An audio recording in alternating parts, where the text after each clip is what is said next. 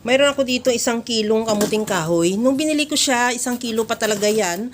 Pero dahil siguro, nabawasan na rin yan dahil nga sa binalatan ko at the same time, tinanggalan ko ng hindi na pwedeng ihalo. Gamitan ko na lang yan ng kayuran ng cheese at kayurin ko yan hanggang sa maubos lang din.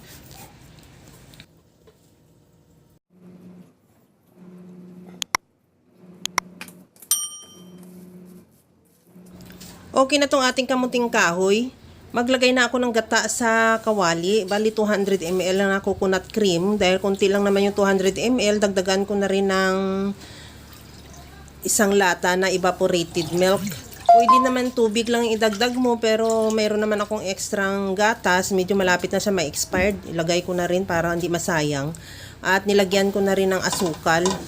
Ihalo ko lang ng bahagya hanggang sa matunaw lang yung asukal at isunod ko na ilagay yung kinayod nating kamuting kahoy.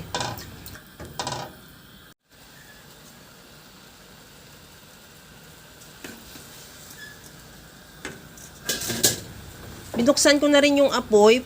Pagkagaya niya na nabuksan na natin yung apoy at nailagay na rin natin lahat yan, tuloy-tuloy na talaga ang paghalo natin hanggang sa maluto. Dahil pagka tinigilan mo yan sa paghalo, baka masunog yung ilalim.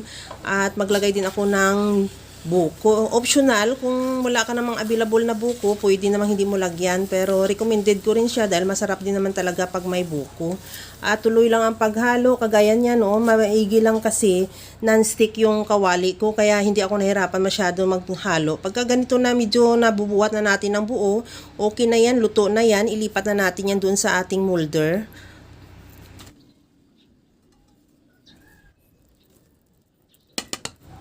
Ilagay na lang natin yan dito sa ating molder. Depende sa'yo kung anong molder mayroon ka. Pwede rin mas maganda lagyan mo ng dahon. Pero kung sa lugar namin kasi hindi available yung dahon.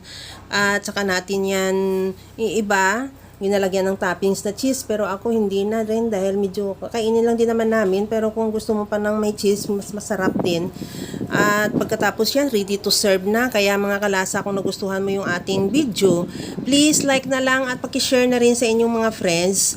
At kung bago ka pa lang sa aking channel, subscribe na at i-click mo na rin ang bell button para sa mga notification.